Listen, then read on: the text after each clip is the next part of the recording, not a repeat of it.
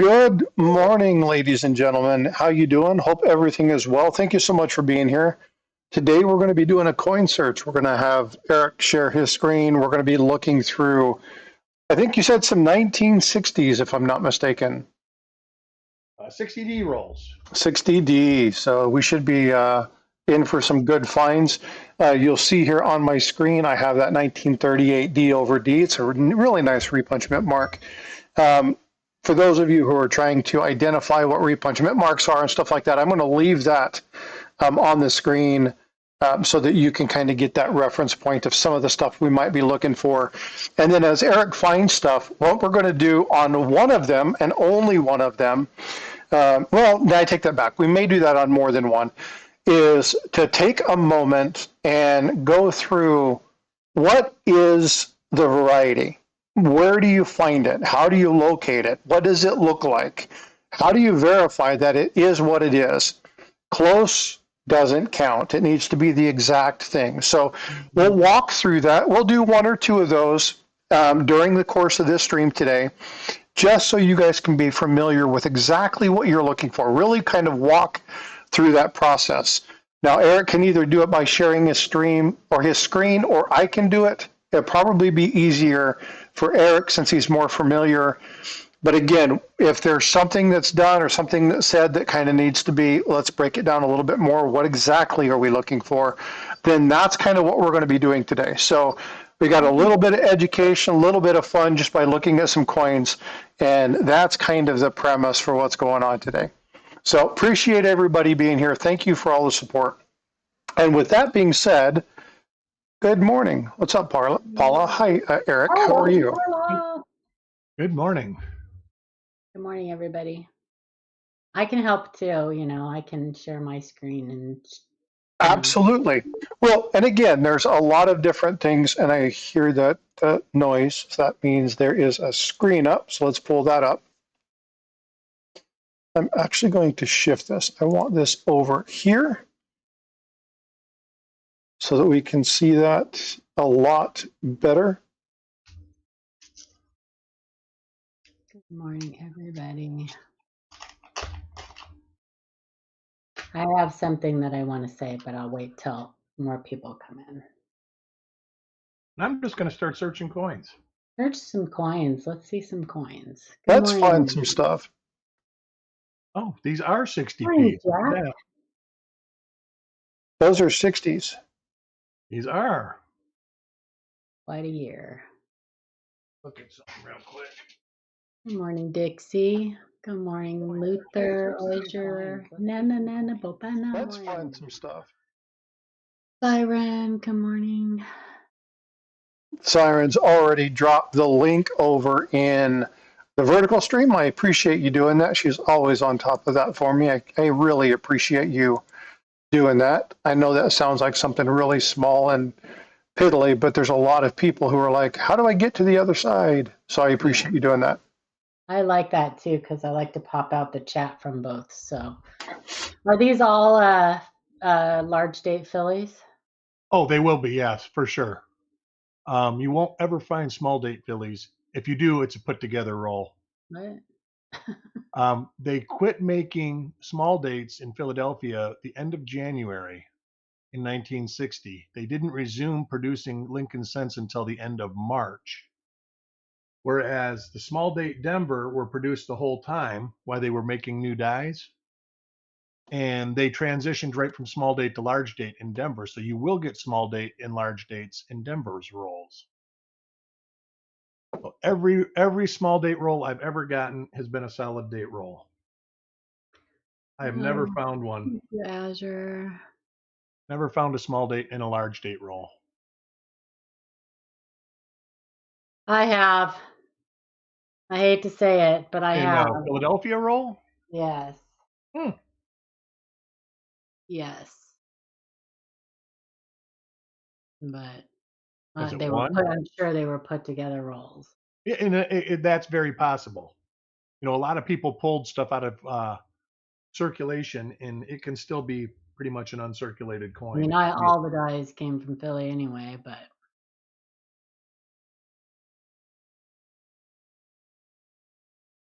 all the P mints were made at the Philadelphia Mint in Yeah. 1960. Oh, I guess I don't think they made anything in San Francisco until 65, did they? I'm not sure. Not totally sure. Yeah. I mean, I know that during the 70s and Okay. 80s, they made stuff at the San Francisco and West Point Mint that didn't have mint marks. Yes. And Denver That didn't have mint marks? didn't have mint marks. Oh, I didn't know that. Nice. In what year?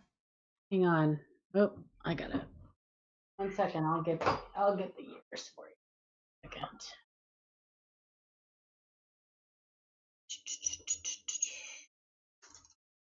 So what are the big ones that we're looking for in 1960? There's really no real big ones, but I'll show you where most of the better double dies Not on these. for 1960 are. And you never know. We might find one. It's on the FG. And then you can see it all the way around. But you'll see the FG and they'll be really fat. Hang on. Let's see, do I have a box of that stuff in here? I might have one to show people. Oh, let me look. Right here.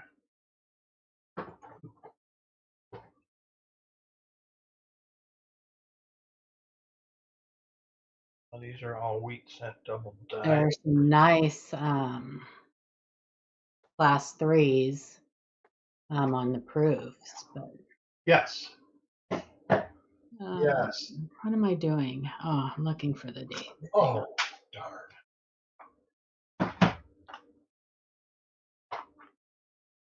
$70. Good morning, everybody. Good morning, Dan.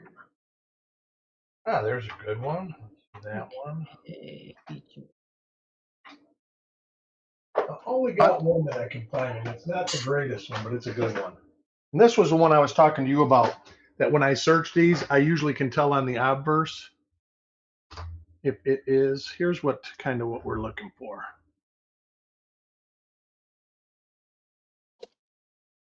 See that FG right there? Yep. Nice and fat. Then you look, the T is fat. Okay, here it is. You see it on the N also, all the way around. But this is what I was talking about. I think I've told you about the die scratches. When I see them, it's like I know for sure. Okay, yeah, you were right. Yeah, 1973 was the first year that they were. So West Point Depository made circulating pennies from 73 to 86 and circulating quarters from 76 to 79. San Francisco produced circulating pennies around this time. Coins did not have mint marks to distinguish them from Philadelphia coins. Then there is coinage from San Francisco assay with no mint. So those would be the SMS. All 40% business strike Kennedy half dollars were struck in Denver. In case you guys didn't realize that. All 40% business strike Kennedy half dollars were struck in Denver.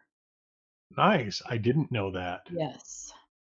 So when you find a coin without a mint mark, don't assume it was minted. Even though people will always say, if you find something without a mint mark, it was minted in Philadelphia. That's not always true, but Yeah, Nana, you and me both. I would love to have that 60 over 60. That's a beauty. That's a beauty piece. SMS coins were minted in San Francisco, but the business strike Kennedy up to 1970, up to and including 1970. Azure asked the question, are the clothes in San Francisco mint? As of right now, the answer is no. However, yeah, when that statement came out, I think he's talking about Doge wanted to close it because they actually didn't realize that they still made anything there. Yeah, they thought they were just a repository. They thought it was just basically a repository. They didn't realize they were making proof coins or anything there until they actually looked into it a little bit. Yeah, well, the same thing happened at West Point too. They didn't understand what West Point was for, and so no. There's still media discussion about that, but most of that conversation kind of stemmed from what happened back in February, March timeframe when they initiated the big 90-day review of industry's finance. And so, and I say industry by government finance.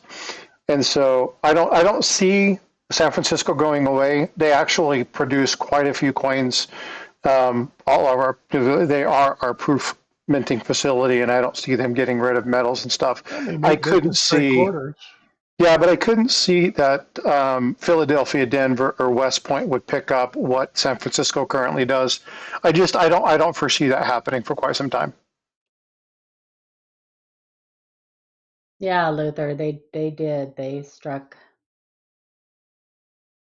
Denver did strike coins with no mark. They just got the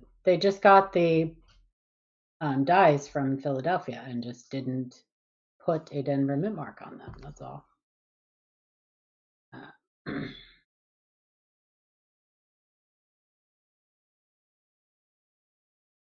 So one thing that I'm going to start doing, because one thing again, I'm telling you guys, I'm really working on engagement in the channel, really trying to grow this channel.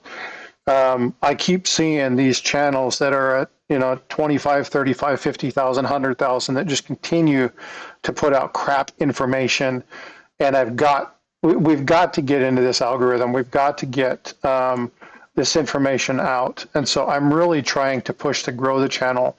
Now, with that, I want to be very clear. When I say grow the channel, I want you guys to understand that includes live coin Q&A, that includes Copper Coins, that includes the Coin Show podcast, that includes Aaron Burke, Ancients with Aaron Burke, right? All of those people who are really trying to build and grow the hobby are part of my channel, but they have their own things. I'm also trying to help grow them as well. So when I talk about doing this, we're talking more about a community piece. Talking with Paula this morning, Paula, you actually wanted to say something regarding a discussion about yesterday. I think it's a good time now as we kind of look through this. But before we do that, I want to preference something. Paula is a guest on my channel, first and foremost. If I have an issue with something that Paula does, Paula and I talk about it off the cuff. I ask that you guys show us the same courtesies and the same respects. If you don't like what Paula says, tell Paula you don't like what Paula says. If you don't like what I say, tell me that you don't like what I say. We grow. We can understand. Sometimes people complain, and that's fine. Sometimes people have very valid points. But if you're going to just say you don't like something, do me a favor, reach out to us and let us know.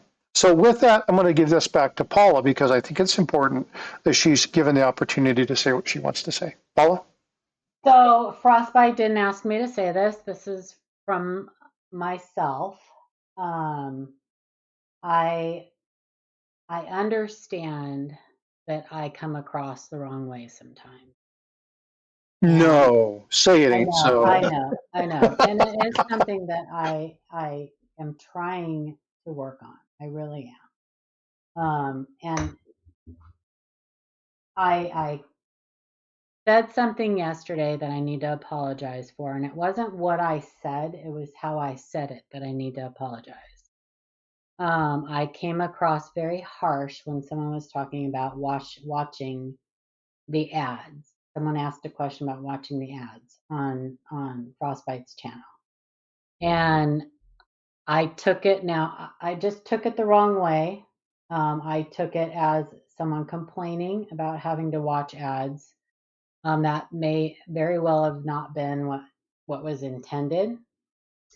I get kind of defensive when it comes to that just because people do complain about it. And when they do, it always comes back to me. It always, to me, it when I watch somebody who puts so much effort and so much work into their channel and into their stream, and they don't ask for anything in return, and it's all just to give back and to teach and to put good content out there. It's not for clicks, it's not for anything else. when I see that happening, I, I've always talked about how one of the best ways to support a channel, because most people don't have just money they can throw around through super chats and stuff. So I have always promoted the fact that you can watch an ad and actually watch it all the way through, not skip it at 30 seconds or whatever, and even click on it, because that is even more helpful to the creator. So I've always promoted that. And when the question was asked yesterday, I just got a little bit defensive. And I need to apologize for that to Gold Sniping Farmer, because that was not my intention. I didn't mean to like snap back at somebody. I just got very defensive because and it does come from my own experience of running a channel for years and putting hours and hours and hours into something that now you see is not running anymore, and there's a reason for that. So anyway, on that note, We do need to make a collab content for that too. I just want to apologize. I didn't mean to come across the wrong way.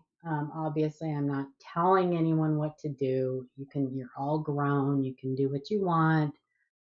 So yeah, so there's that. So I want to reiterate something, okay? And I have said this a number of times, right? If you don't like what you want to, if you don't like what you hear, you don't have to be here. Not a problem, right? This is something that all of us have the capability to say, sorry, I don't agree. I'm going to just take off. Not a big deal, right? I'm not offended by it because, again, you are your own person. You have the right to do so. This is one of the freedoms that we have in our nation. We have the ability to say, and it's not a right. Let me take that back. It is the ability, okay?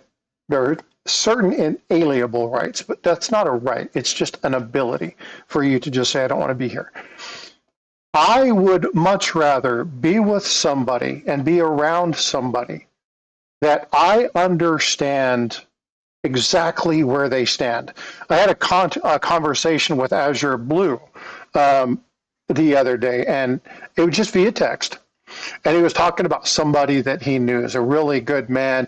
And he's like, but we don't have conversations. They're like 30 seconds, 60 seconds, 90 seconds, whatever it might be. They're just very quick to the point. And I was like, I love people like that. I love it when they get to the bottom. They're not here to waste my time. They don't want me to waste their time. They're going to give me exactly what's needed. And if I ask more, they'll give me more. But other than that, they're going to let me do my thing. They're not going to try to run me. They're not going to try to control me. I love people in my life like that. It is not only good practice. And when I talk about good practice, I talk about ancient Chinese secret, Confucius. I talk about Nietzsche. I talk about the Bible. All of them have one kind of fundamental truth, and that is that basically a knife doesn't sharpen bread.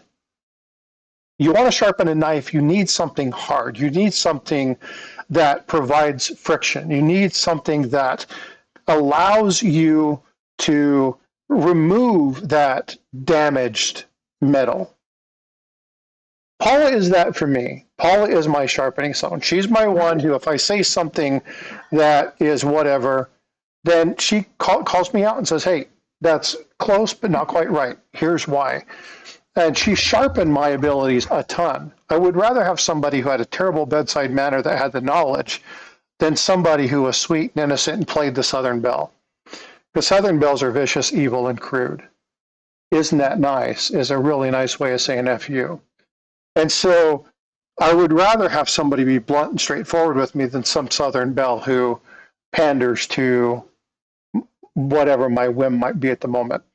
So I want to tell Paula, first and foremost, I don't think Gold Sniping Farmer took that personally. I will say that because I know who he is. Well, I hope not, because my heart is in the right place. It really is. My mouth doesn't always match my heart. And that's Any of ours. I would Yeah, that's hate true. for people to think that I am being a bully. That's a very hurtful thing. Well, Yeah, and again, it's one of those things where what are you looking for? Are you looking for niceties or are you looking for truth? And I'll tell you, I have, Tiger Stacker is a good friend of mine. He's a physician, and I work with a ton of physicians in the stuff that I do. Bless your heart. Yeah, exactly, Jack. That's Thanks, exactly what that means, right? Yeah. And it's when people hear that and don't understand what that means, it's like, oh, well, they're so nice and they're so polite. It's like, no, that's not what they were saying to you. Right? Because I don't need that kind of crap in my life. I don't need If those people kind of really love people you, they will be in honest my with you. life. If Hey, what's up? people really care about you, they will be honest with you, Yeah. even if it hurts your feelings. Well, and you can do it with tenacity and grace. And You that's can do what it with I'm trying tact. to learn. Yeah. I'm But not good at it, but Silver Chicklin, what's up, buddy? How you doing? Thanks for being in the stream. I appreciate I'm you coming in. gonna say something here real quick, Yeah. Frostbite. If people notice I'm not searching the reverse of some of these coins, it's because I know I've already looked at those die pairs. yeah.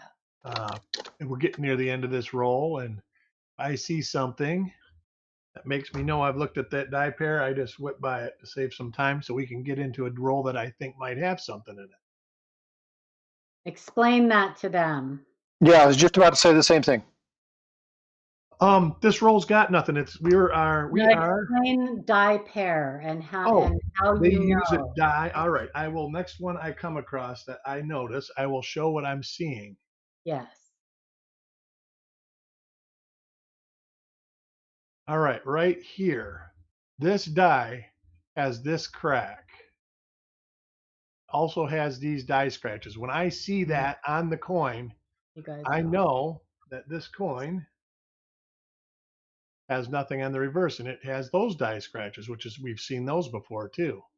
So those two dies created coins that look just like this over and over and over again. To about, well, the mint likes to say 1,000,000 coins.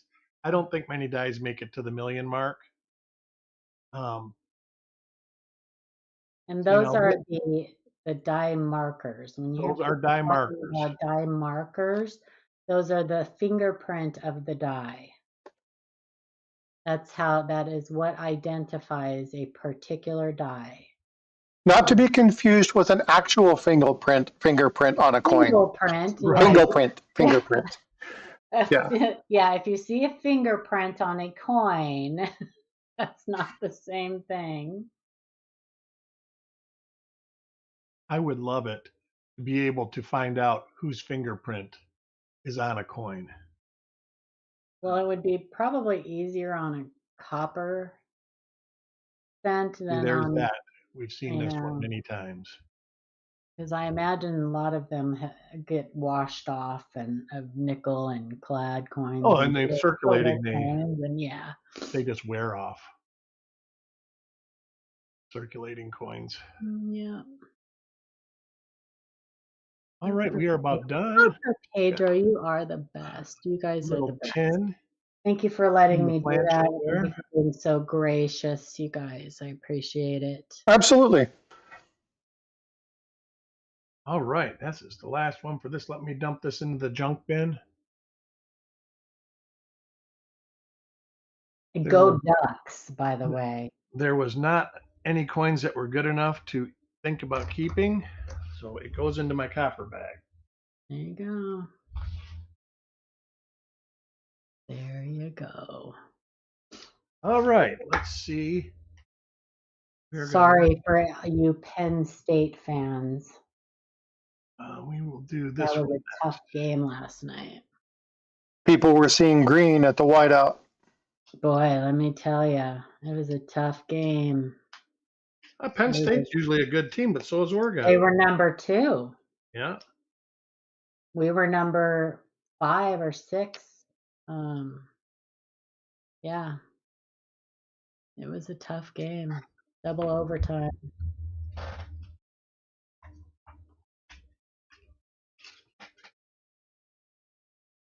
Copper sensor, poor man's gold.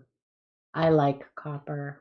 I'm a fan. I buy rolls of copper 1 ouncers and I know, it was great, Nana.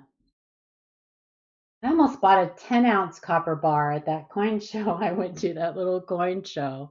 You know, I've I always buy stuff wanted a like big. that. Chuck had some of those copper. You think he still does? If Oh, anybody does wants them, he? I think he Let does. me see Yeah. if I about getting one from him. I like those and he has the ones that look like those chunk candy bar, or the big square ones. I don't know about that. If he's got those anymore. See, this has got mixed large date and small date in it. This is what I Yeah. was looking for, though. I found a RPM 100 in a mixed roll. And I want to find more of them.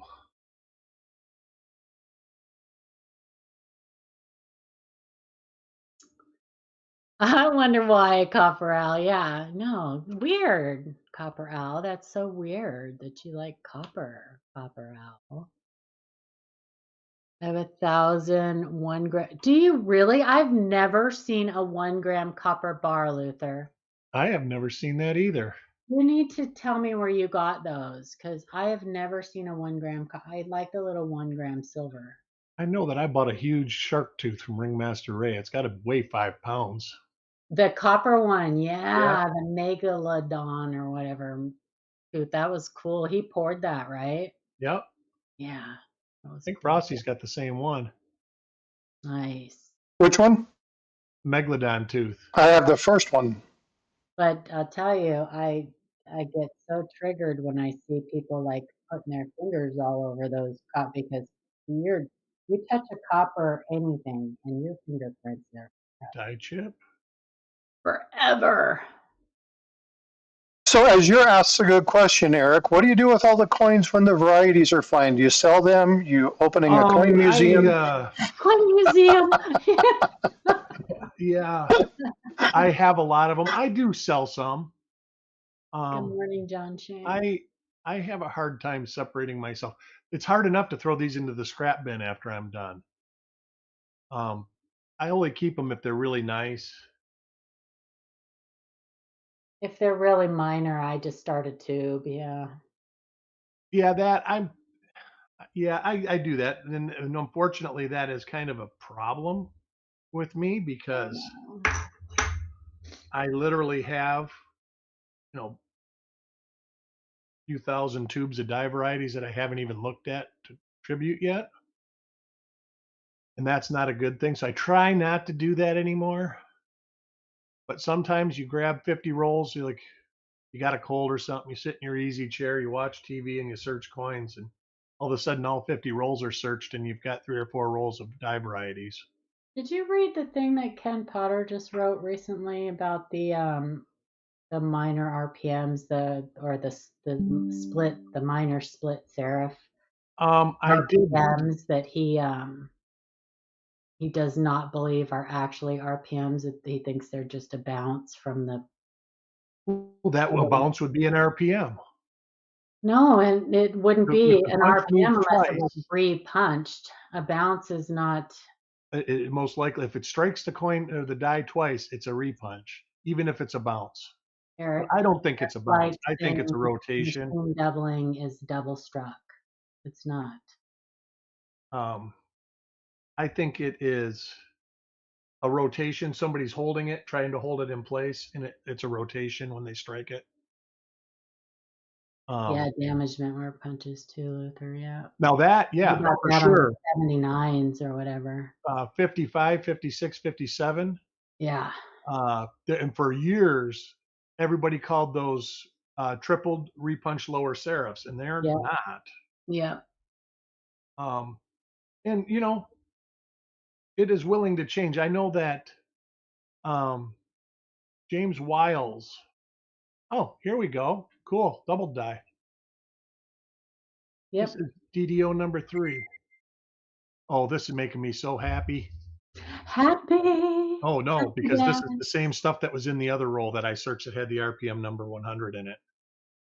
Show them what they're looking at. Yeah, so what I also want you to do in this one, this is going to be a little bit more specific. Not only do I want to show what's going on here, but how do you quantify that it actually is that by utilizing the resources that you have available to you? Okay, well, we are going to see. First, we're going to look at the coin.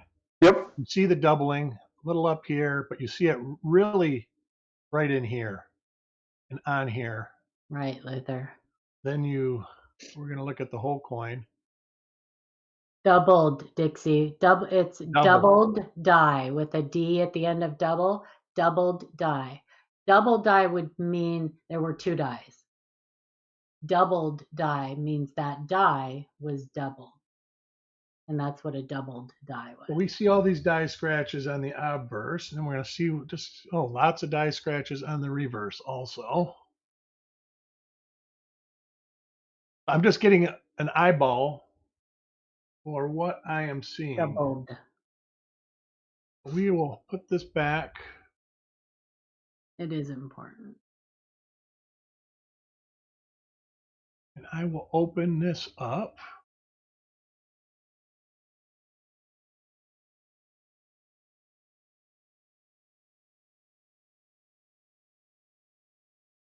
What is the magnification? What magnification are you using there, Eric? I would say Like that 20 this is between 20 and 30. And go. that's my issue with microscopes. I get a lot of people that send me pictures and say, look, and that's why I always tell them, I don't list anything on copper coins unless I can see it readily with a 10x loop. I am staying with, which was the tried and true statement for years. People have been searching with 20x loops, and then you look at it with a 10x loop, you can't see it. You know, some of these scopes go to what, 100x? Oh no, way more than that. Even the little one that I have sitting here is 250. 7.5 to 75, I think, is the max on mine. And yeah, when you can see ant poop on the coin, it's probably a little too much magnification. Ew. All right, I'm getting some resources up. And this doesn't happen a lot, folks, so be happy with Eric. Hey, where did my mouse go? There it is. What's up, Mark Lewis? Good morning. How are you?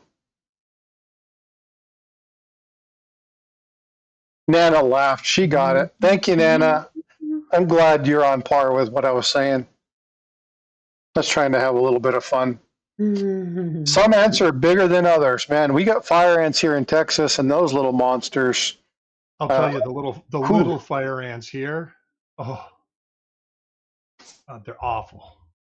Well, they have what are they called? Battle ants or war ants or whatever. They're the black and red ones.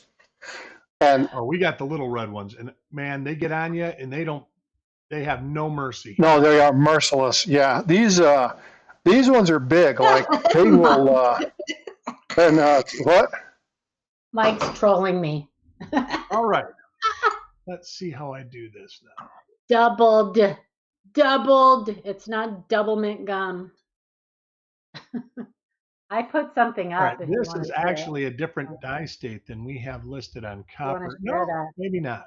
All right. So let me look at this again. There we go. All right, we're good. All right, so let's see here. That would be, scroll down. Variety Vista, that is where I'm thinking right there. I think this is our die stage right there. B. It's got the little die chip on the R. It's got these die scratches. So we got the die scratches right here. Here, go back down to Liberty, or the LIB of Liberty. And it's got the little die dot, it looks like, right there. It's got this coming out the R. So we'll go on the reverse now. Make sure it has that. There is the little at the right cornice. Depression. Yeah. So real quick, just so everybody, there you go. Use your mouse to point over at that bottom right. Yeah, there you go. That's what we're This looking at right now. So if you're trying to figure out where we're at on the screen, is a little different than that one. It's got that. Right there, maybe. It didn't have, yeah, that one doesn't have a die clash. So let's see what else. What's it pointing at the end? Set. A little die, they There call it it is, a die right there. break. It's a It little is a die chip. break. It's a little chip. a die chip. It's a dandy. Great marker. But all right, so that would be how we would identify that. So that's stage C. so what I want to do is I want to go back to the very, very, very beginning. Okay. So Paula, while you have that up, Eric, if you'll flip that over and go back to the date. Okay. The first thing that we're looking at here is the position of the D in relation to 1960. Okay, so absolute best marker in my Paula, opinion. move your mouse around on that again so that people can see where I'm talking about. And on the vertical stream, I'm moving it a little bit because I've narrowed down the screen so you can see it a little bit better. But you'll see that positioning. And so I'm going to go back and I'm going to pull Eric up over, bring him over. And when we look at that, you're looking at the distance. Now, Eric, you got your mouse. We're looking at the distance there. We're looking at the die scratches that are there coming off of the D. So when you're looking at copper coins, so Paul, if you'll go back to the previous screen.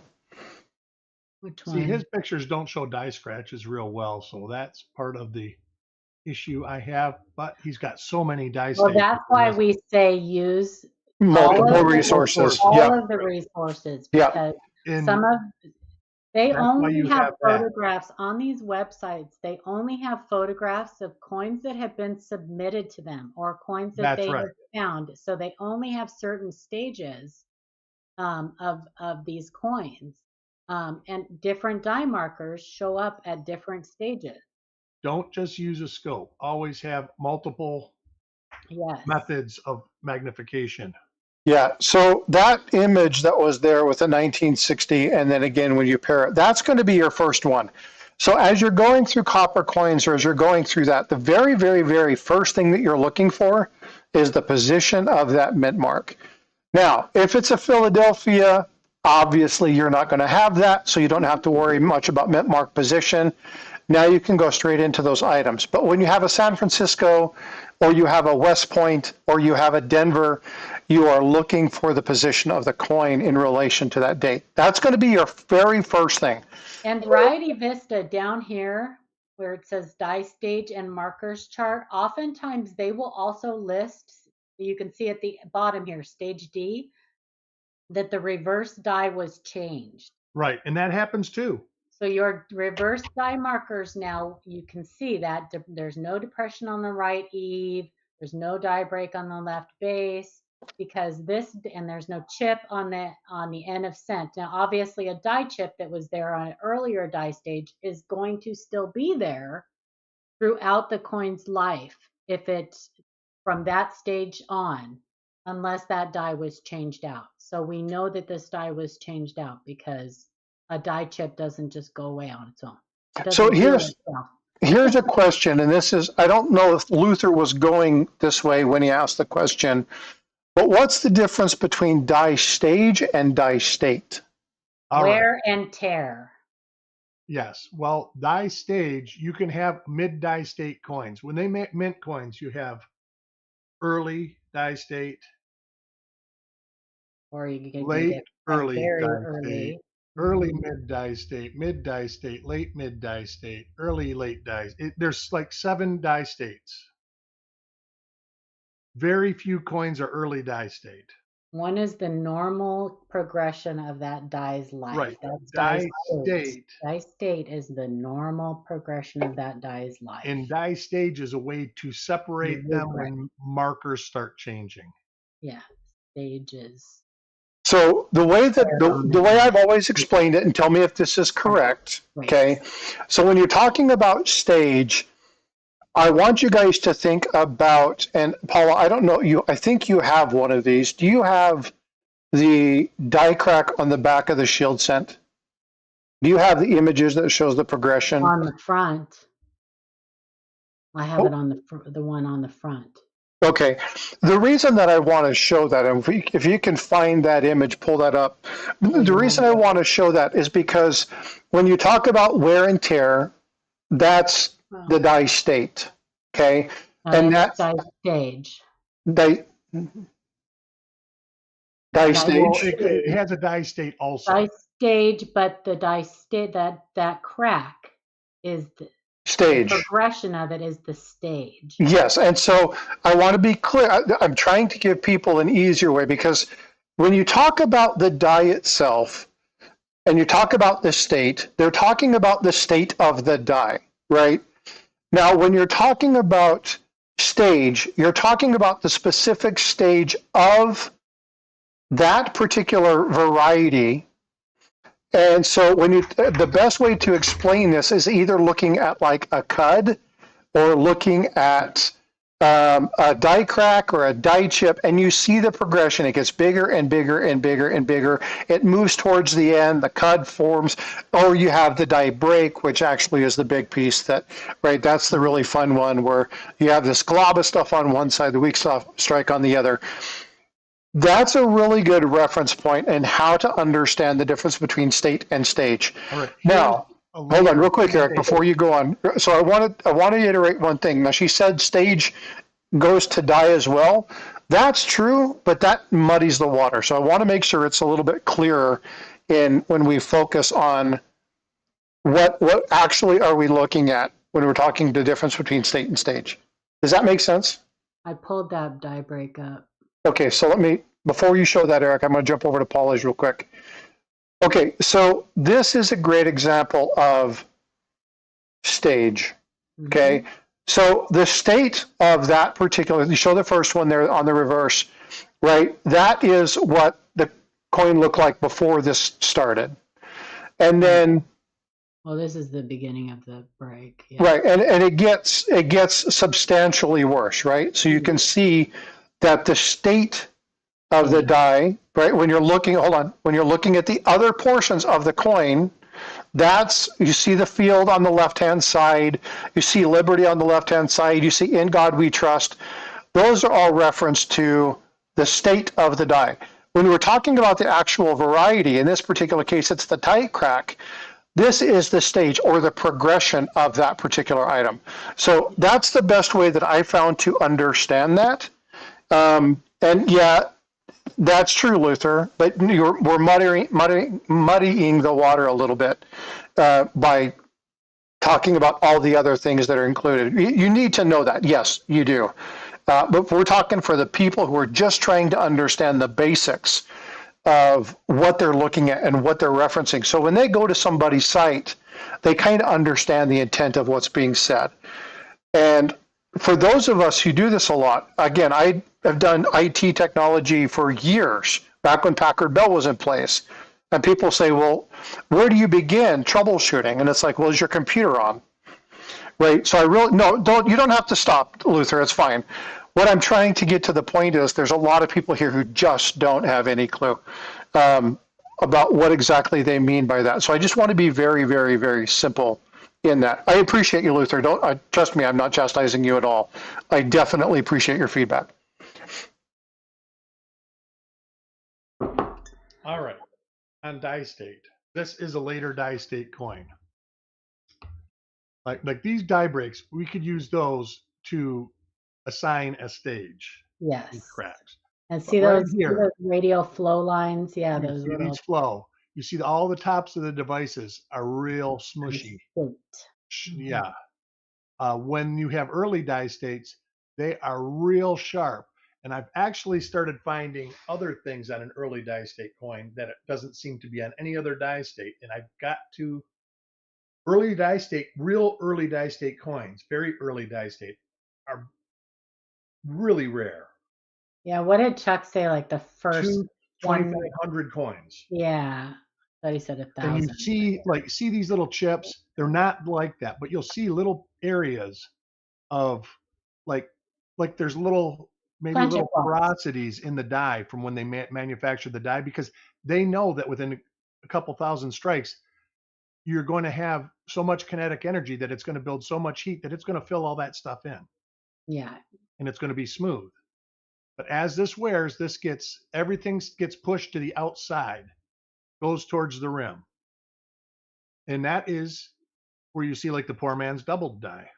Mm-hmm. That's everything being pushed out towards the rim. You almost can see that right here. The same effect.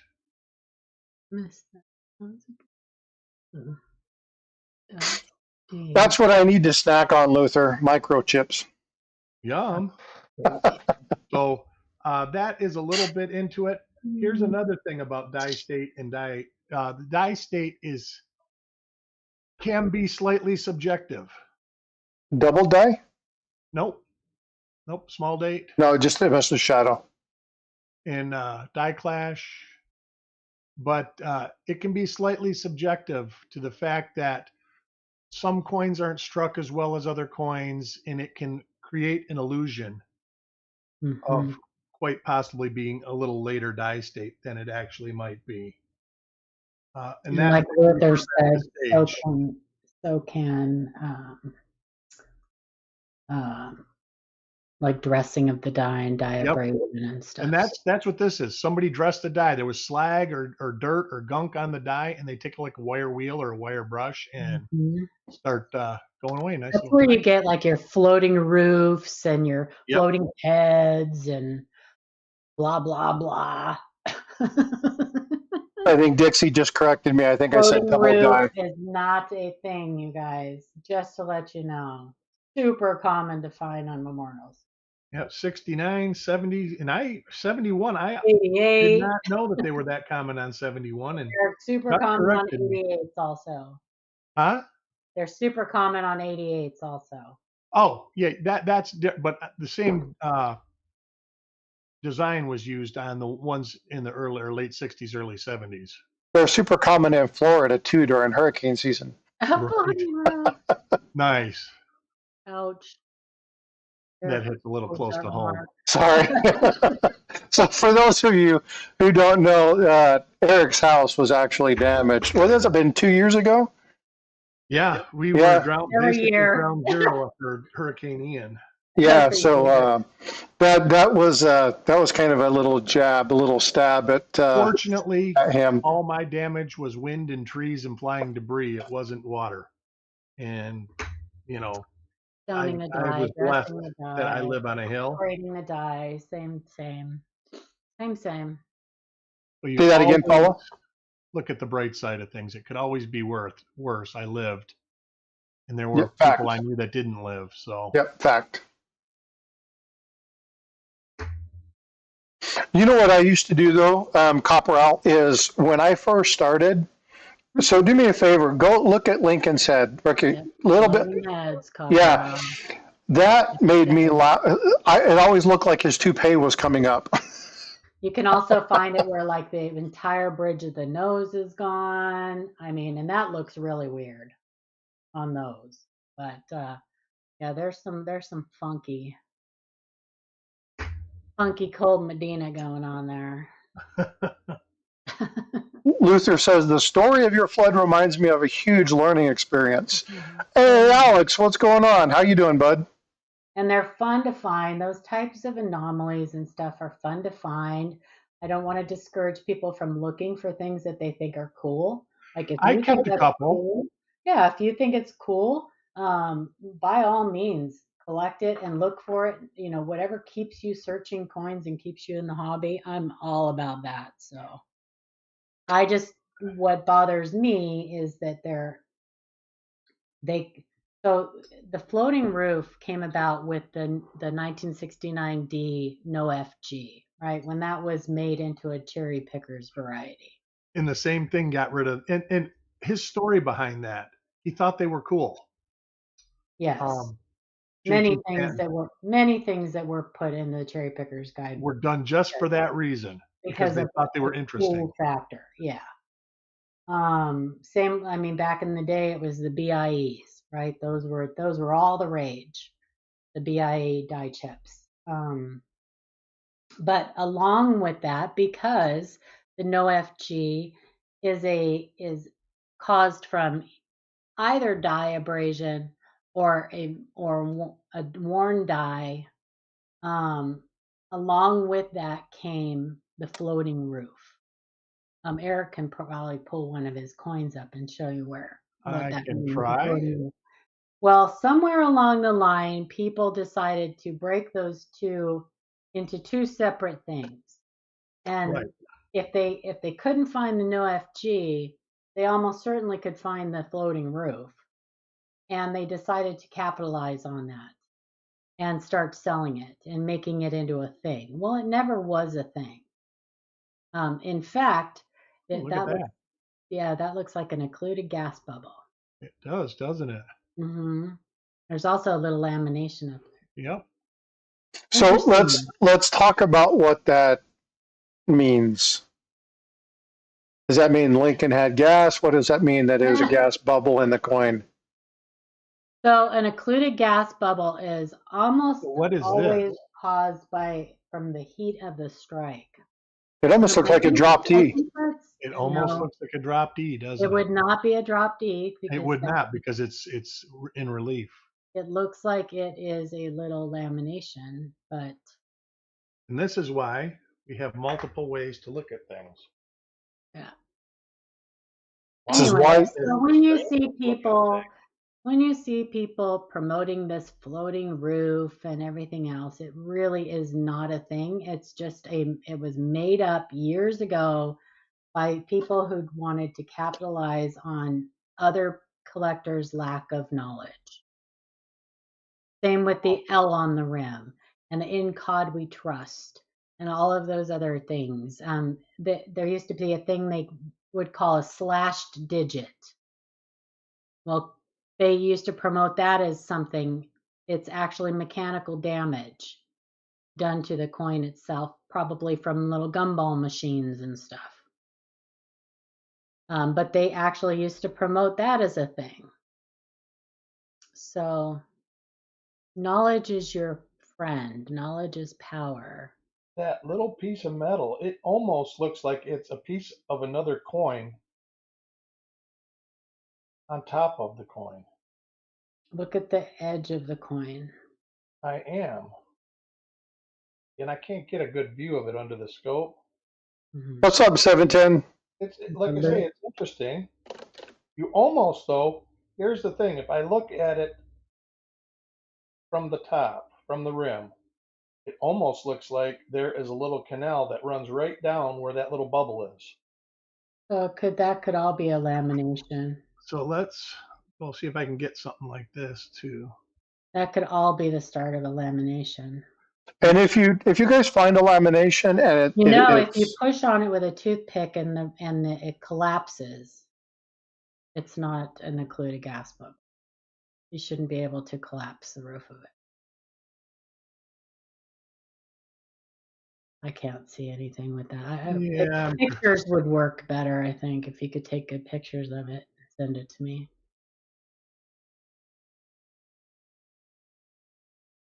Yeah, see, that's a better picture of it. I don't think it's debris. I think it is a lamination. Yeah, it's a little lamination. You could see on the rim there. Oh, that's a great photo right there. That's a great view of it right there. That is an occluded gas bubble. I can tell you that with almost 100% certainty.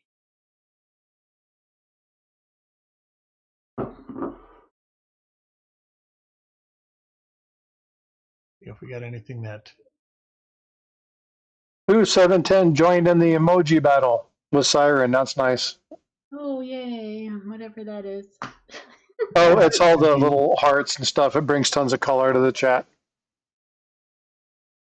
All right, so I'm going to hold that out. That's something that that's interesting. Kind of cool. 60D, Luther. Error collector. I don't even know. Would they consider that an error? I guess it's a planchet error. It absolutely is a planchet error, yes. And okay, so here gas bubbles are restricted to solid alloy coins. That is where people, so that you cannot confuse them with plating blisters. Yeah. So trivia question, first answer correct. Paula, you can't answer, and neither can Eric. But when we talk about mints, PDS is Philadelphia, Denver, San Francisco. When you're talking about planchets, PDS means, or when you're talking about errors, PDS stands for what? Dixie. You're silly. So that gas bubble is caused basically from the heat of the strike. Sometimes there's little gas pockets in the metal mixture. And as the coin is struck, it causes that gas to like expand up. They are not common to find. Clear gas bubbles are very cool. I actually really like those errors.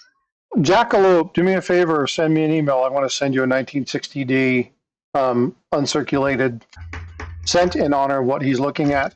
It is planchet, die, and strike. These are the types of errors. They're the classifications for that. D. Schumer. Dixie. You're a nut. Paula Dawn Schumer. No, that's it. But that's my maiden name. She spelled it wrong, but good, very close, Dixie. Well done, and thank you for knowing my maiden name.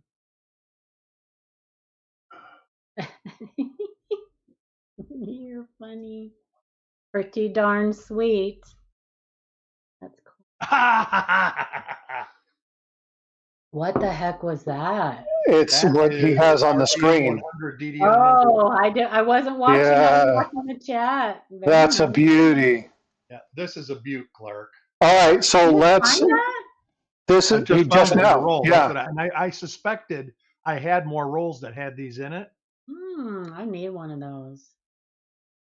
So let's break this coin down. This is a great variety to break down. I do not have one of those. Yeah, that's a beauty. We were talking about that just a little while ago. All right, this is FS50 or FS101/501. Small over large date with small over large date, and it's RPM number 100. There's the RPM right there. That is a fabulous find, folks. Yeah, you can see this is the small O on top of the large O. And that's the small 6 in there, and this is the large 6. You can basically see all of them. Nana, weren't we just talking about that just a little while ago? Nana was at the reveal I had. Like I said, I got 60-something of these rolls, but the backstory on those rolls was the old guy that the dealer got them from, his family. He went and he bought like 5 or 6 rolls every 2 weeks from 4 different banks. And these rolls are from the 4 different banks.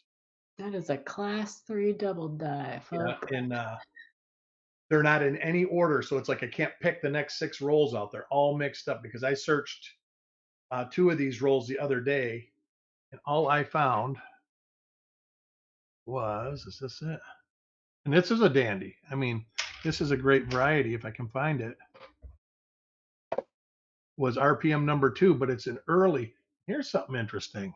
What's up, Mike Pepsi? I can't find it. I guess I put it away. But I had an early die state number. That's it. Oh, that might be it. RPM number 2, which is so cool because of the progression. It almost looks like 2 separate. No, that is it. The progression. By the time this gets into the later die stages and states, this all fills in. And that secondary. And then the back gets even more filled in. Yeah. Very nice. Yeah, this was what I was hoping for. When you said we want to search some rolls, I was like, yes, I do. Very cool. So make sure you guys are subscribing. Again, one thing that I'm going to be doing is every stream, sometime, maybe it might be the beginning, might be the end, might be announced, might not be. It might be a trivia question. It might be just something that I pull out of chat. More. But I'm going to be doing giveaways based off the people who were in chat. Mad Stacker said something yesterday about, I wish the memberships could go to the people in chat. I can't affect that, but what I can do is if you're subscribed and you're commenting, periodically I will run giveaways, and I will do, whether they're Lincoln cents, whether they're silver dimes, silver quarters, maybe it's an ounce of silver for hitting a milestone or things of that nature. But you have to be subscribed and you have to be commenting in order to be eligible for it. So this is just something I'm doing. If somebody says, well, you didn't give us time to chat, that's on you, not on me. I'll do it when I want to do it. But if you're in and you're active, you have an opportunity to be there. So. All right, that is something that is on the die. That is. I sent you a text, Eric, by the way.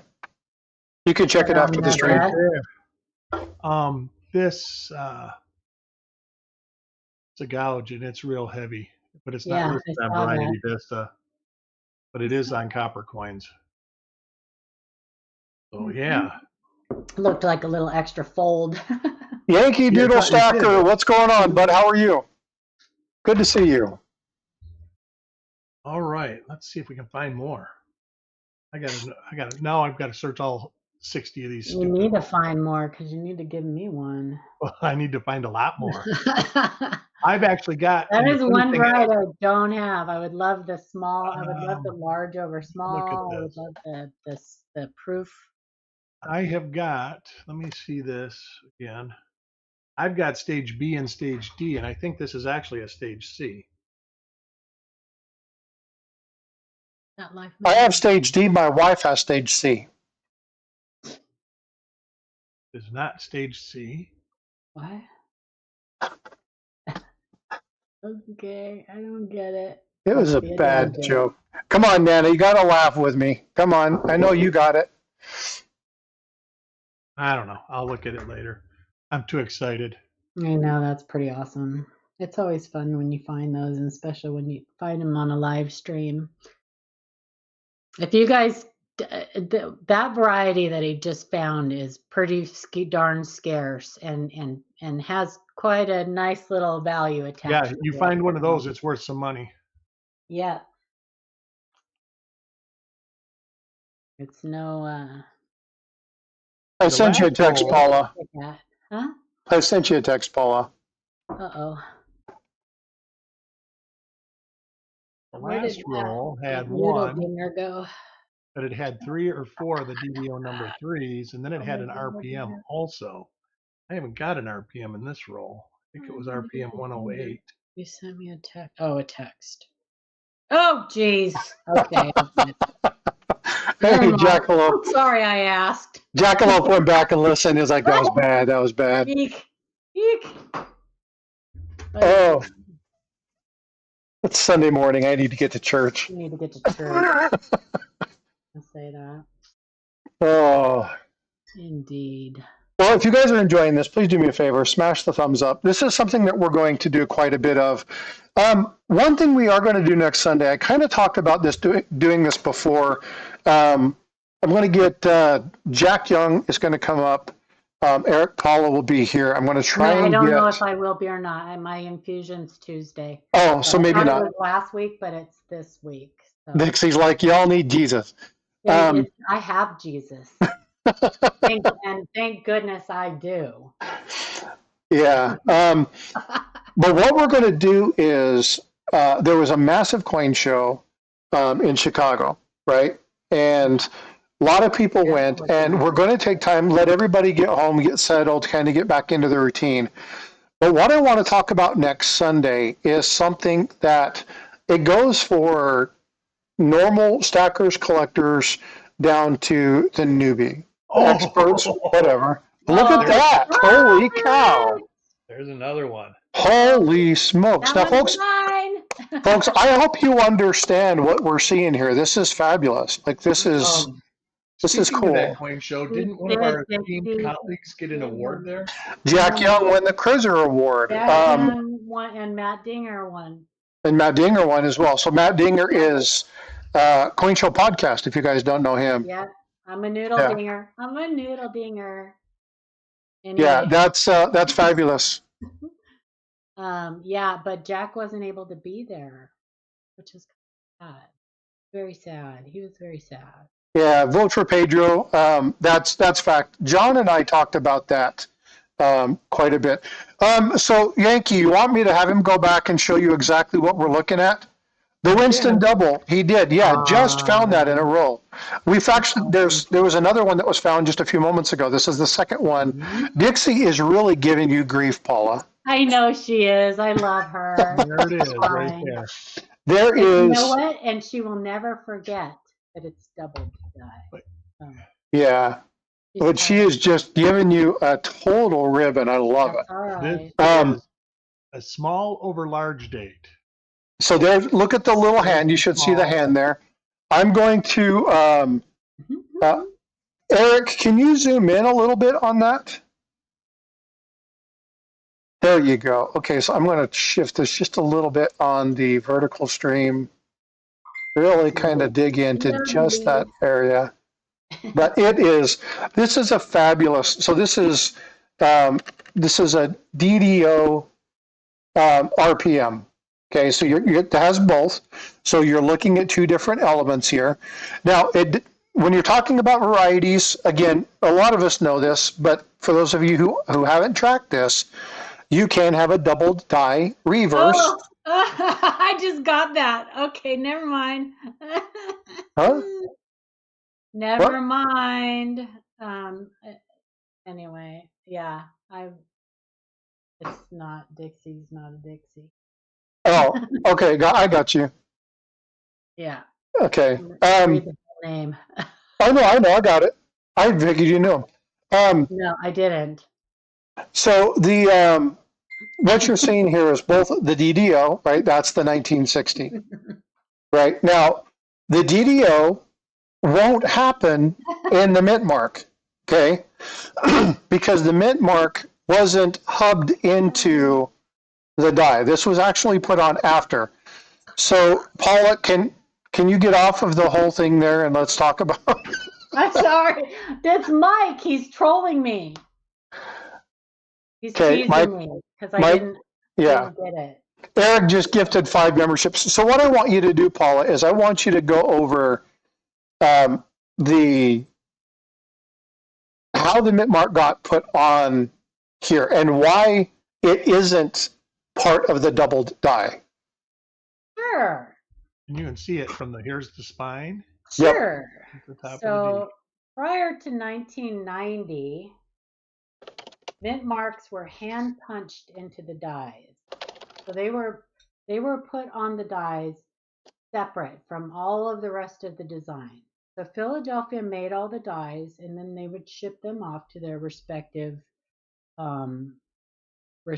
mints. But the mint marks were punched in by hand. So that double die, that 1960, that class 3 design double die, was already on the die before they punched that D in there. So you can have a doubled die where the mint mark is not doubled. And most of the doubled dies prior to 1990 that had mint marks, the mint marks were not doubled. So when you find a coin like a 1960D that you find doubling on the date and the exact same doubling on the mint mark, it is almost certain machine doubling and not a double die. That makes sense? Does to me. Are there any questions regarding this before we move on? Eric, this is awesome. Yes. So all of that doubled die was created before that mint mark was onto that right die. Here. That mint mark just happened to have been repunched. And it's important that people understand that. Now, that changed in '89, with the exception of one year, and I can't remember which one. They claim that there's Kennedys that have hand pinched. Yeah. Hand punched. I never really looked into it. And there's certain metals. Metals, yeah. Yeah. And those actually go up into the 2000s. So it's important that after '89, when you see doubling on that mint mark, it's actually a doubled die. Not a, our, Possibly. well, possibly. Yeah. So it depends, right? Because Possibly. Most of the time when you see doubling on a coin after 1989, most of the time when you see doubling on the date and the mint mark, if it's exactly the same, like shelf-like and flat and to the north, it will be machine doubling, ejection doubling. It will not be a doubled die. yeah, fabulous find, bud. That's awesome. That's two of them in Yeah, this that's cycle. That's freaking awesome. Oh no, wait, freaking awesome is actually in freaking chat. awesome. He's freaking awesome. They're freaking awesome. Are the majority of the rest of these small dates? The majority have been small dates in the roll. Interesting.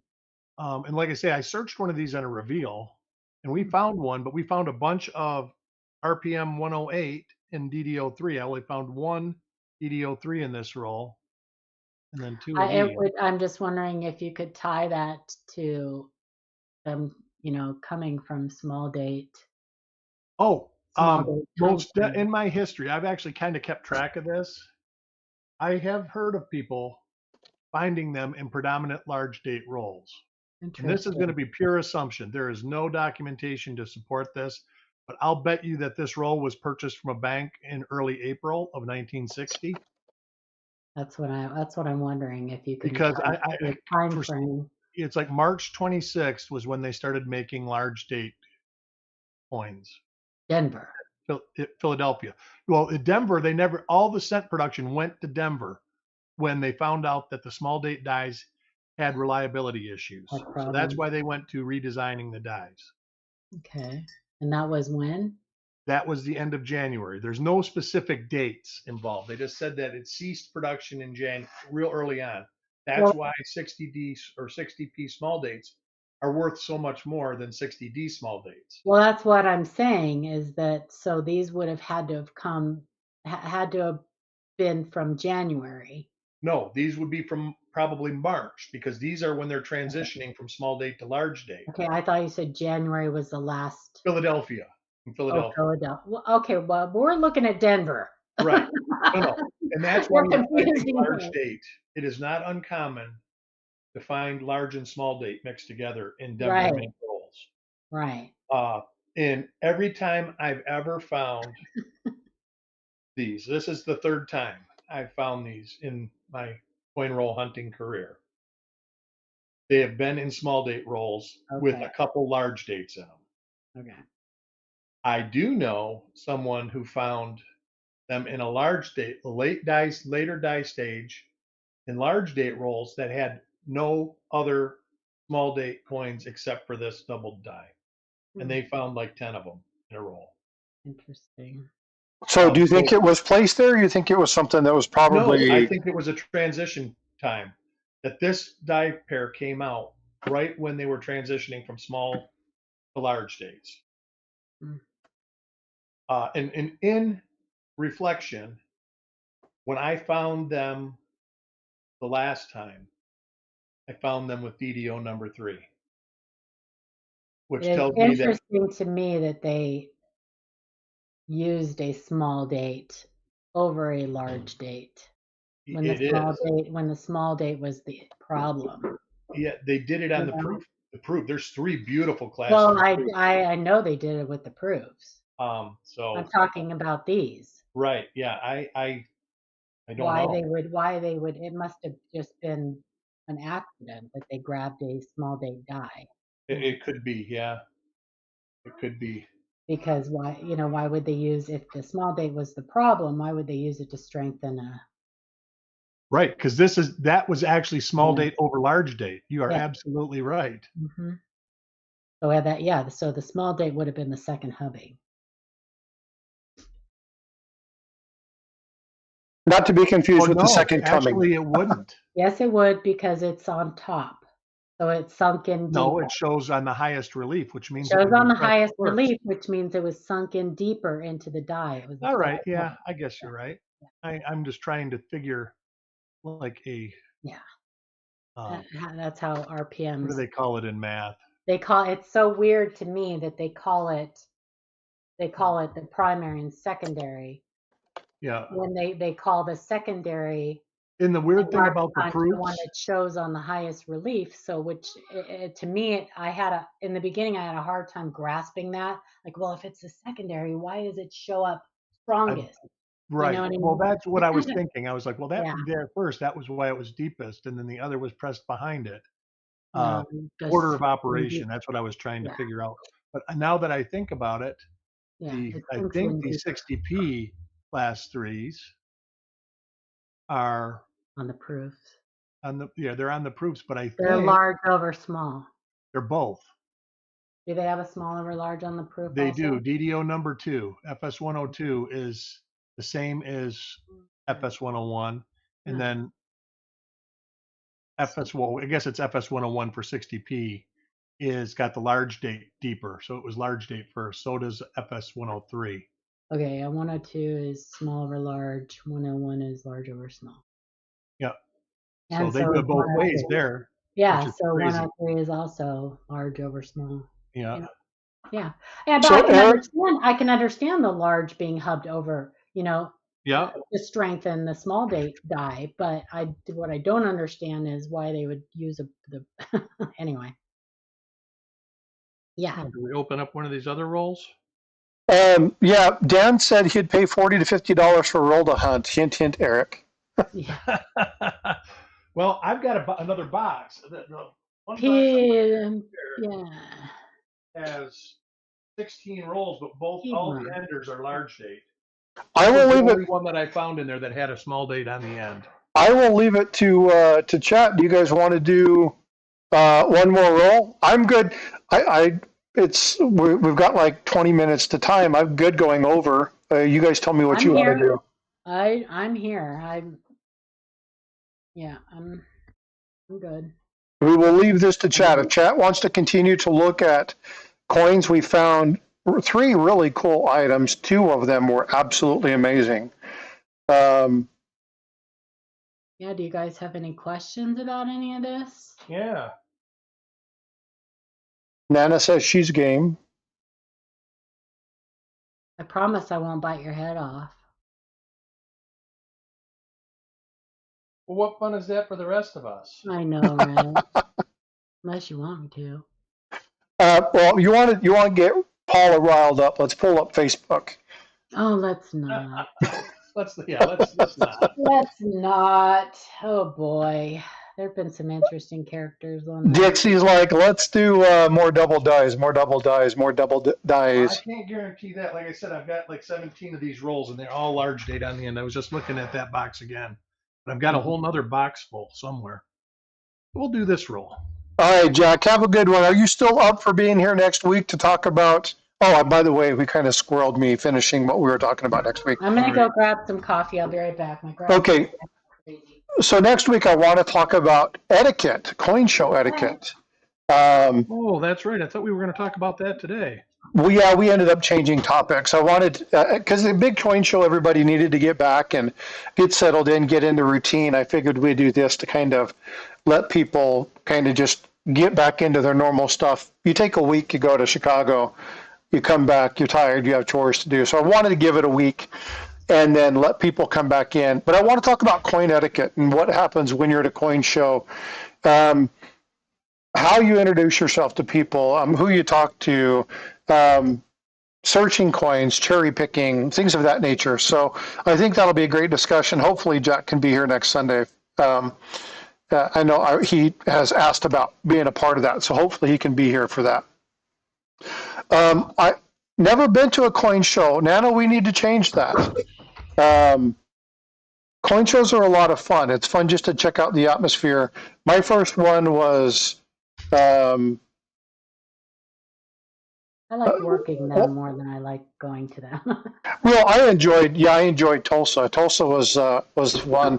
The first one I did was with a friend of mine. I was actually going to an art show in Salt Lake City, Utah, and we were actually going to an art convention at the Huntsman Center, and they have a little booth, and there was like 25 vendors sitting outside. and they were all showing coins and stuff. And I knew about coins, but I really wasn't following them at that Ooh, time. look at that. That's a DDO number 3 with a struck through. This is from a different bank. But So the banks let's were in walk through what you're proximity a little looking bit. at. This is DDO number 3 again. Right here, right back here. You see it The up one to we the saw top. earlier. Yep. But this is the struck through right there. I think that's a little lamination. Hey, maybe. Because the one is still intact. And it is pretty sharp now that I've got it turned like that. Yeah. Let me look all around and I will look at it. But that is exciting to know because, like I said, in roles that I've searched in the past, I don't know. I'm not going to make a call whether it is or not. It looks a lot smoother with the loop. But that's crazy. So that, for anybody who wasn't there, here, I'll show you what we're seeing here. This is not as good as an example. The other example, you could see it coming down the 9. Mm-hmm. You could see it like right You in can here. still see it. I mean, it's pretty fat See it down right there. here, yeah. Oh, it's pretty fat down there at the bottom. Oh yeah, oh for sure. Yeah. Right in here, you can Uh-huh. see it. There you can see it. You just have to know what you're looking for. But that little horn on the top of the 9 is a dead giveaway. Yeah, and then I think there was some doubling over here too somewhere. I guess I was wrong. That's an earlier stage, I think. Doesn't have the little chip in the R. You're right. Look at that. So I wonder if that's a good sign or bad sign. I'd vote for Pedro. Let's work on that. I think that'll be a lot of fun. We'll have to precursor that. I'll talk to you about that. I think that'll be a fun episode.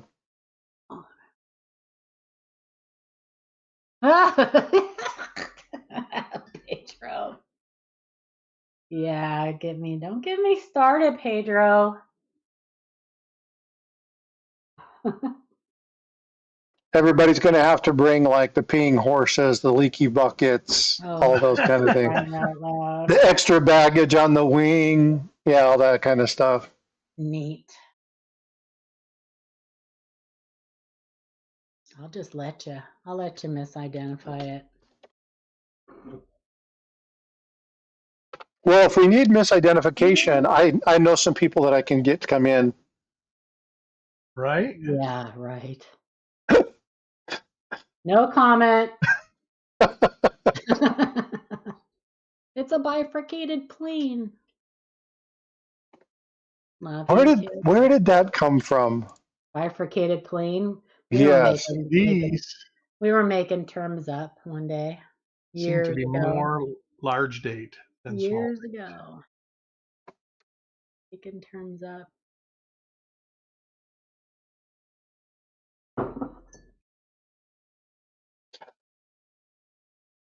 So if other people are interested in this, I have a question for Eric. Yeah. When you set your microscope up, where is the position of your light?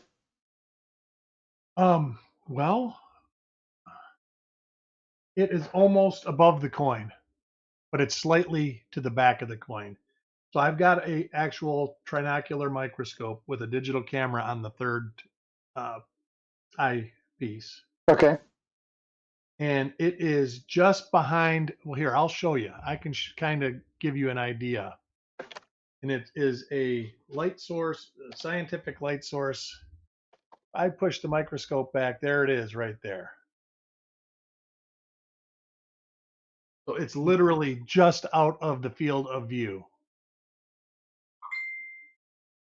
Obtuse. Shut up, Dan. This is give Paula a hard time day. But it sounds like Paula's enjoying the hard time. I'm telling you, you guys know me too well. It's scary. So I'm going to put a link in chat. I'm not an affiliate of these people. This will kind of give you an idea of not necessarily exactly what he has. Do you have an Amscope? I do. Okay, I'm not sure what model you have, but I put up an SM4T series, a trinocular, and it kind of shows you what the camera, if you're interested in kind of looking at what Eric just talked about, that'll give you a good idea. And then you can look at what it looks like with the camera mount on top and the various lighting stuff. So if you're interested in kind of seeing what Eric was just talking about, that's a good example of it. Yeah, I'm finding the same die pairs in this that I found in that other roll, but I'm finding more large dates. Oops. So I'm saying there's a chance. So you're in there as a chance. Dumb and Dumber line. There you go. I knew Paula was going there. You're saying there's a chance. Obtuse. Oh my gosh.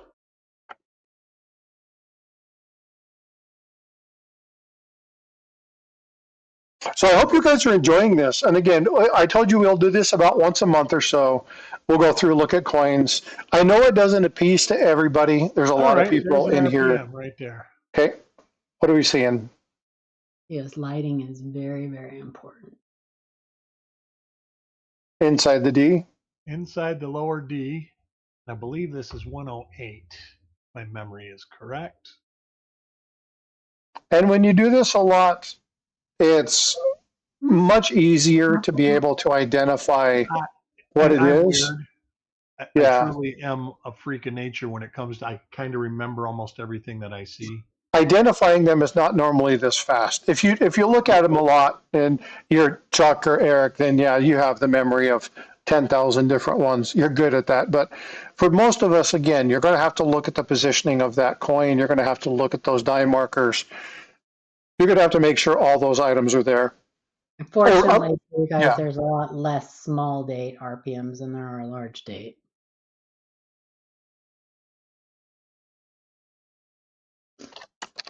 All right. This is 108 stage D. But here's an important safety tip.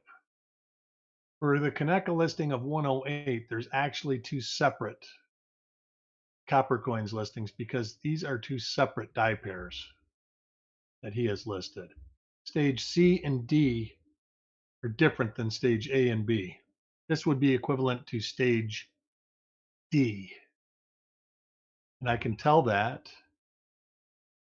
And that's why I didn't use copper coins, because I think on this, it's like 1mm 230 something. Let me look at my cross-reference sheet. And we all make mistakes. I'm not poking fun, but I just know that this one is one that he's got two. I used to love attributing RPMs, and I don't love it anymore. I love it. To me, it's total relaxation. I refuse to do 60s. I don't think of any problems in the world or in my life when I do it. No, I refuse to thinking of doing it. All right, let's see. I just go, yep, it's an RPM. Let's see. Yep. All right, it would be 1mm 205 would be the equivalent to this, stage C or D. But it is Kaneka 108, stage D. So let me get a flip here. It's just like the 2009 there's PDRs. Yeah. I refuse to. I like doing those too. I know. Well, so does Coin Junkie. I refuse. Where is Coin Junkie? I don't know. I haven't seen him in a while. He probably met a lady.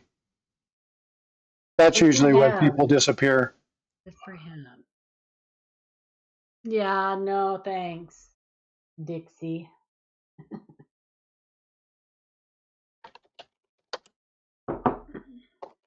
So in the other chat, but I will do it if I have to. Just like VAMs, I will do it if I have to. Well, all Morgans are VAMs, aren't they? Oh yeah, but VAM listings, like I love that. Yeah, when I hear that, when somebody says that, it's just like, of course they are. Yeah, well, it's true. They all just like, yeah, they're all Well, you combing. get people that are really fired up about, and I'm guilty. I got fired up when I had a bunch of them years ago.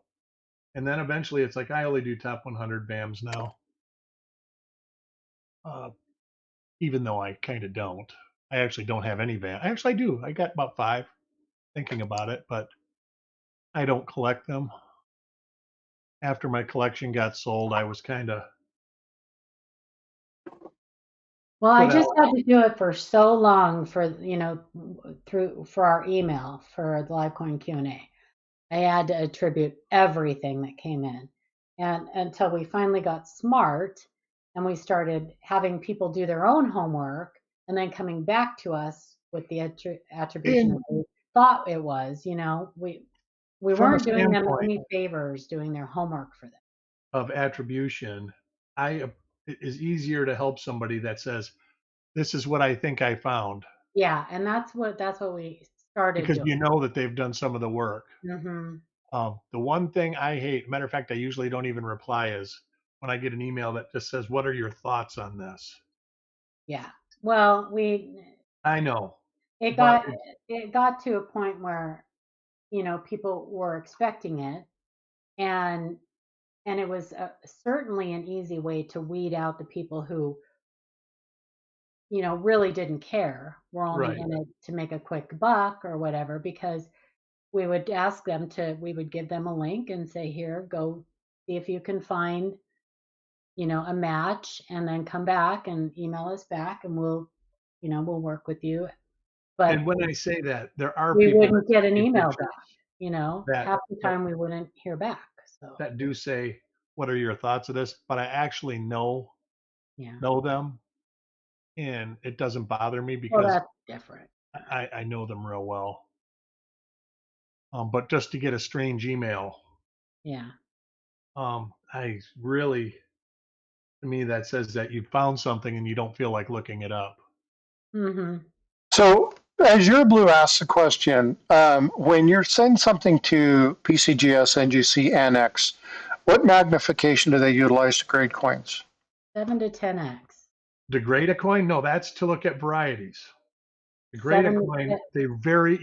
they very rarely even magnify it. Most of the time it's 3x if they do magnify it. Well, And that's not what they say. if I could That's not what they assume say on something, their website. I know. If I assume something, you got to remember, they don't look at these coins real long. People that bulk grade, I would question whether they have more than just eyeglasses with little magnification to them. Then It when probably you send depends on the something in for a coin. regular grading fee, I am convinced they spend more time on it. It probably depends on the coin. There's another DDO number 3. You want, you can give one of these away, Frostbite. I mean, if they're grading a monster box of ASCs, I imagine they probably don't even use any magnification. But Right, but that is something that depends on. they're doing in Steve Feltner teaches 5x. Is that what Steve Feltner teaches? that wouldn't I would believe that before there's another DDO number 3. 7 to 10x on the varieties. Is that what they use? That's what you. Well, So, like JT Stanton used to say that nothing will go in the cherry picker's guide unless you can see it with a 7x. Yeah. Then I know that, oh, there's another 3 in a row. Darn. You can give one so of these away, Frostbite. I just pulled Alex just one. So Alex, congratulations. Reach out, send email to Eric, and he will get And you I'll one tell of you what, your these next, varieties. because I owe him coins anyways, and I'm waiting for a couple from Chuck, and then I'm going to Oh, send him a package. I'll just perfect. put it in So that. outstanding. And he'll just put on there one at Frostbites. If you want to send me an email, I will send you one of my poker chips. So send me an email, give me your address, and I'll send that out as well. A lot more large date in this roll.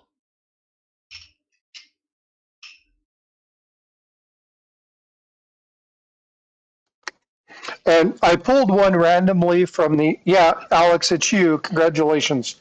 He's Congratulations. like, wait, that's me? Um, Yeah, so Eric will send that in your package from Copper Coins. That'll just come in the stuff that you've already done, and he'll just indicate that you want it on Frosties.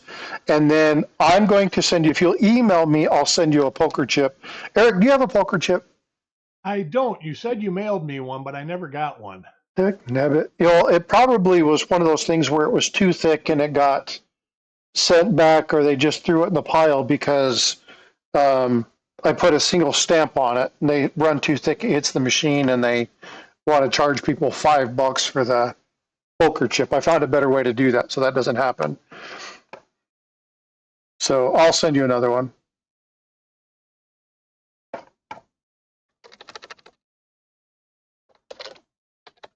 I have these great. Dixie said they got theirs. Awesome. I have these great mailers. They're I got little. some of those too. They don't Little make them cardboard anymore. ones? Company They went don't. out of business or something.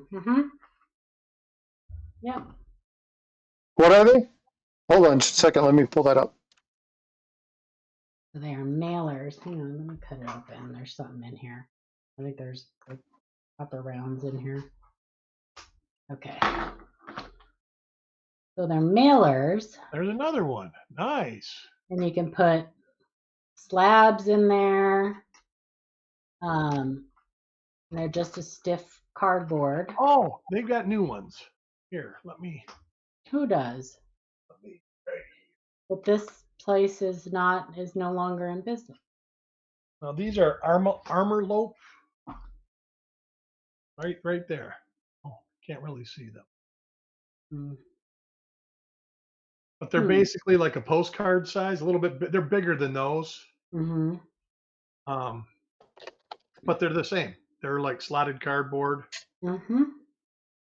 Yeah, they're really great. I love them, but because I put these inside an envelope, and then it usually costs like $1.75 or something like that to ship them. But they are sturdy. I usually put them like inside a thank you card or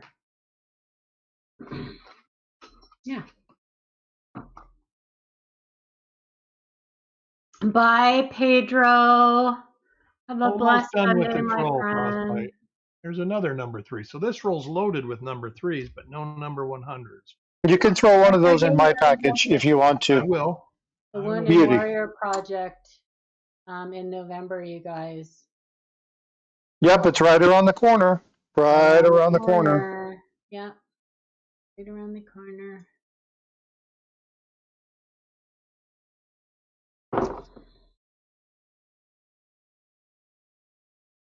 I appreciate y'all being here. Thank you guys for all of the. Yeah, that was Paula's silver pour collection. Yes, you have actually much more than that. I do. Yeah. I want a little nut. Another number 3. Jeez. You ain't complaining. Most of them are from Big Red. But I have some from other people too. Big Red Bullion. Big Red Bullion. What's up, 9 for 9? In the car, stop for a coffee, drop the like. I'll be listening. Have a wonderful day. Thanks, 9 for 9. I appreciate you. 9 for 9 reached out to me yesterday and said, I have something that might interest you, and sent me a picture. He said, would you be interested in this? And I was like, yes. It's something that was really cool. He's going to send me that. I appreciate you thinking about me, bud. Nice. We don't get to know what it was. Is the price? I'll show you as soon as you get it. It was a Navy Marine-based memento that was given out. I think it was given to his father or something. And he got it, and he was like, I think you might like this. And I was like, absolutely. Very cool. Yeah. Love it when people do stuff like that. Always nice. Another number 3. Folks. Gary Sinise brought his whole crew to Kingsley Field this last week. And who's Gary Sinise? Gary Sinise is an actor. He was in Born on the 4th of July, or no, he was in Forrest Gump, right? He played Yeah, he was Lieutenant Dan. Lieutenant Dan. Lieutenant Dan. He brought This his is an whole RPM crew. 108. Brought his whole crew to the 173rd Fighter Wing. See it right here, D over D north. My home base this last week, and fed all of the members that were there, which was pretty cool. Lieutenant Dan. Lieutenant Dan, you got new legs. Another 108. Wow. Now all of a sudden we're getting 108s. This was a great roll. That wasn't a great roll, but it was a good roll. You usually don't find this many varieties in a roll. Good stuff. Syrinx neurosurgery. What is Syrinx neurosurgery, Nana? That doesn't sound fun. No, neurosurgery never sounds fun. Right. All right, that is the roll. I had to hurry up the last 10 coins. And that's it. What a find. You want to give another DDO number 3 away? Certainly, I can definitely do that.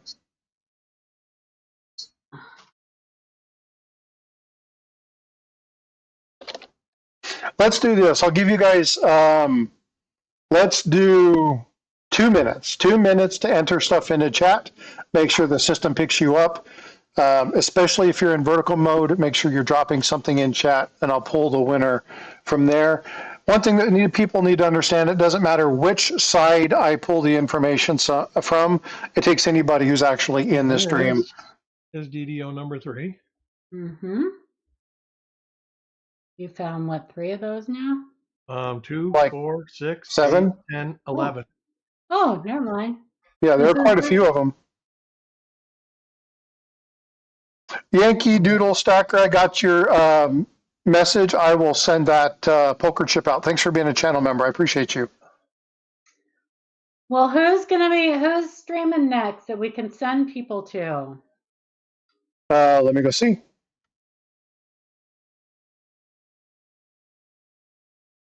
I probably won't be selling reveals again next week. I don't know if Chuck will be. Now, EC streamed yesterday after you were done. But I do plan on doing some streams, maybe some roll digs or some hanging out, and while I attribute coins or while I edit photos or something like that. I should have Dixie. Just so people know why I haven't been on for a while. I've just been getting a lot of stuff done around my house and trying to catch up on web pages. I'm over 100 behind. Gee, mini Christmas.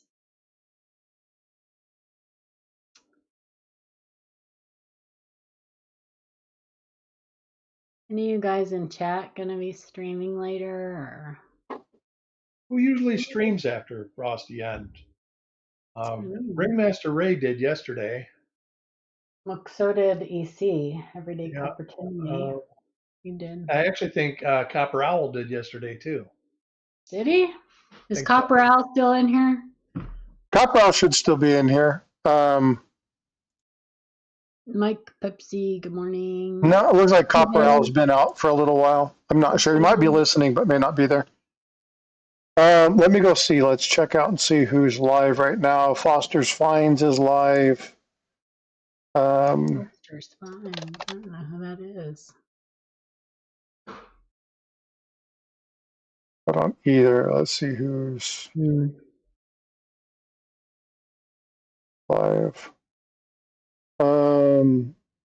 Obviously me. I just want someone I can just go watch. I don't want someone who's selling something. No offense to people that are selling something. I just don't want, I want to watch somebody search stuff or something. I don't know. I don't care who. Well, I might come tonight and even do a roll dig tonight just to let everybody know what's going on with our channel. Well, you should just go live and catch up. Do something fun. I should 10 of these rolls. As yours, like I should stream my running at Fort Lauderdale Beach at the gym. Yeah, you should, Sure. Azure. I would totally watch that. Everybody to Azure's house.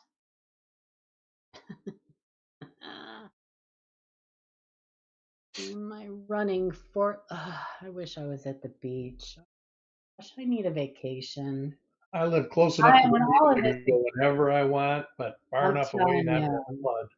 you need to tell your wife to get my room ready.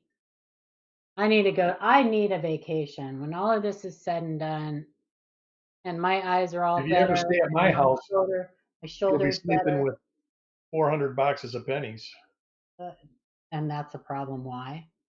Well, you won't get infections. I think that it's a natural bacterial killer, isn't it? Just need a vacation. I don't know. I actually, do you know, and here's something funny. I actually been looking at cruises and thinking about going on a cruise by myself.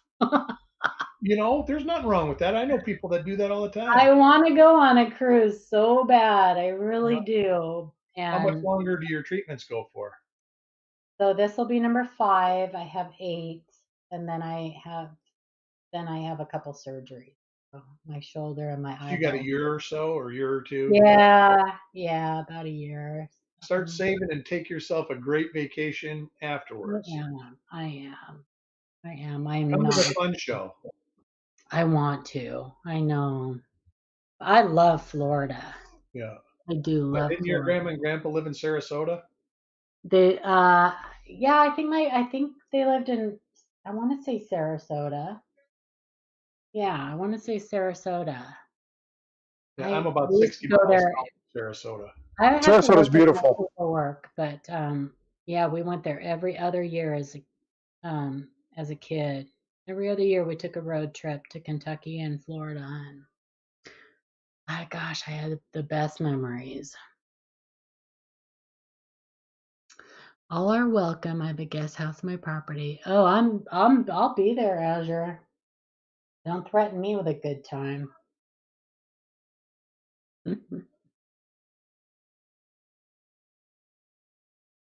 I'm actually going to have Azure on to talk about some stories. We're actually working on having a couple guests. He's pulling Oh, in a nice. couple favors for me. Oh, I'm really looking forward to one of them. Um, actually, there's 2 of them. And then I want to do, he mentioned something about doing something I'm not familiar with. And I think that would be fun to do on Stack Collectors. I'll talk to you a little bit more about my idea there. Not just necessarily on mine, but include Tiger Stacker and do that Stack Collector on my channel, probably in upcoming weeks. So lots of fun working with a bunch of people to try and bring you guys some more fun content. So the one that I'm excited about, all I will say is the man's name is Dave, and Dave may actually, depending upon approvals and the agreement upon, come up and do what he does. And that would be a lot of fun. I can't give more information until I know all the specifics, but it's going to be a lot of fun. nice. So do some little stuff, draw in some other people interested in other things. But as yours, good dude, good people. Well, I'm gonna head out, you guys. I was about to say the same thing. Have a blessed Sunday. Be safe. And thanks for watching my You don't- stuff. Yeah, that was fun. Congratulations on your finds for sure. Awesome, awesome, awesome. And That Dixie, DDO3 is actually a rare DDO. I didn't know thanks for trolling me, Dixie. this. Yeah. So there's. Bye, everybody. All right. We'll see you later. Have a See good you one, later, Paula. Paula. All right. So you got Alex's name. So thank you for giving that away. Definitely appreciate that. And then we did. Let's see. Alex got a poker chip. Yankee Doodle got a poker chip. Dan McCumber got a poker chip. Or it wasn't Dan McCumber. It was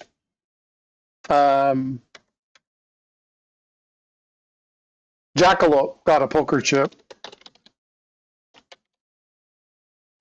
I need Alex to email me, and we'll make sure we do that. And I'm going to pull one more name to get a poker chip, and I appreciate you all doing this. Make sure you send me an email, and we're going to pull this on the other side, the other stream, and I'll let you know who wins this. I do it back and forth between the two. It pulls everybody in either chat, whoever's active. And the winner for that one is going to be, yeah, so the email's above, Alex. Just go ahead and click on that. Send me that email. Let me know your address, and I'll send that off to you. Holy smokes, I cursed him. Chad Brookman actually already has a poker chip. So send me an email. We'll talk about what I'll send you. So I kind of talked that into existence.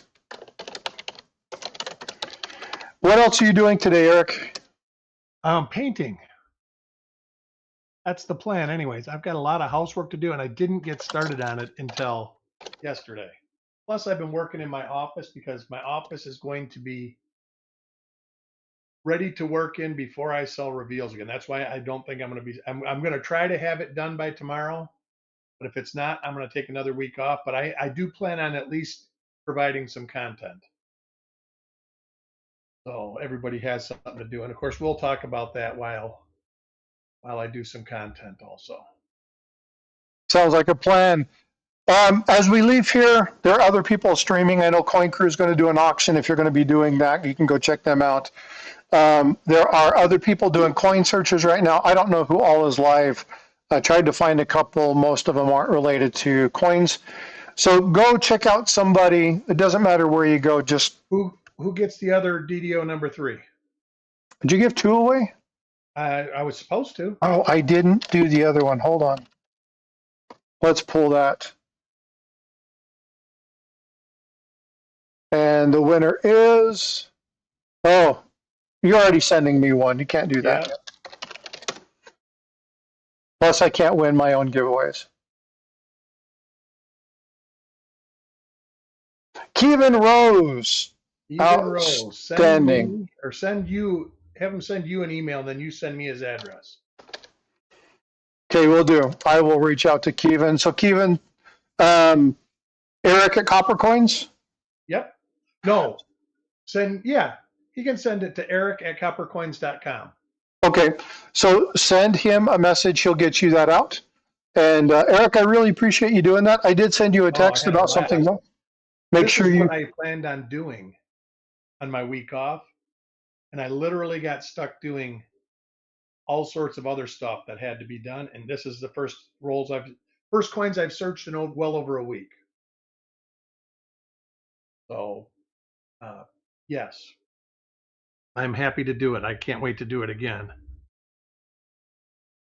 Ooh, Chad Bookman has some tourmaline pictures that he wants to send. Absolutely. Fire them off to email. And I put it in both chats. So if you look at the vertical chat, you would have seen your name pop up there. I bounce these back and forth so that people can see that I'm actually putting them in both ones. All right, folks. Well, hey, go check out Copper Coins later on. Again, if you have something that you want me to speak about or talk about, or if you have an error variety or something like that you want to look at, send it. We'll talk about it in the stream. If you have questions or a video specific, let us know. I will be dropping a video, pretty important video. If you buy or sell coins, especially if you sell coins and they have some information on the slab, I want you to be aware of some potential issues. A lot of people are aware of what's going on here. But I'm going to share some stuff with you, done a little bit of research, found some solutions, and I'm going to share that with you. Very rarely do I say this is something that everybody needs to see, this is something that everybody needs to watch, including coin shops, distributors alike. So if you, please pay attention to that. I'm going to engage Coin Show Podcast with this as well. And we'll talk about kind of what I'm doing. I'm going to bring Jack Young up because he works at the post office to help him understand. So this should be coming out in a couple days. Again, you definitely want to pay attention to that. This is something everybody really needs to watch. All right, folks. Well, hey, Eric, thank you again so much for being willing to do this. I appreciate that. Thank you for giving it away. I do appreciate that. Make sure you check your text message. I will. And I will chat with you guys later. Folks, be well, be blessed, and